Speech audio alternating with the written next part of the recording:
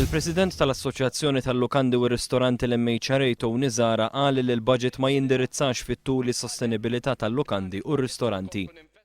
Ija, il-budget jidher li kien fih ħafna ħsieb u jindirizza s-sitwazzjoni li għandna f'dawn il-12 xahar li ġejjin, però aħna daqsxejn diżappuntati li ma jindirizzax iktar fit-tul partikolarment is-sostenibilità tal-lukandi u tal-ristoranti. Min-naħa tagħha l-GRTO sejħet il-budget bħala wieħed ta' kontinwazzjoni.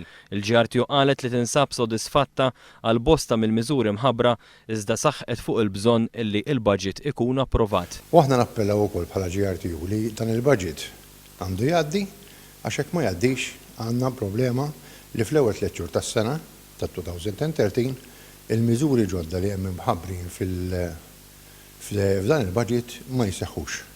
Inkluż iż-żieda li tingħata lill-impjegati il-kola ikollu jibqa' il-budget tat-2012. Il-Malta Employers Association qalet li dan huwa budget fejn il-Ministru ta' rendi kont tad-diversi miżuri tal-Gvern tul din il-leġislatura. Budget fejn huwa ta' rendi kont illi forsi iktar ħares lura milli ħares attwalment il-qudiem. Huwa semma l-bżonn li l-pajjiż ikollu budget biex jagħtih direzzjoni.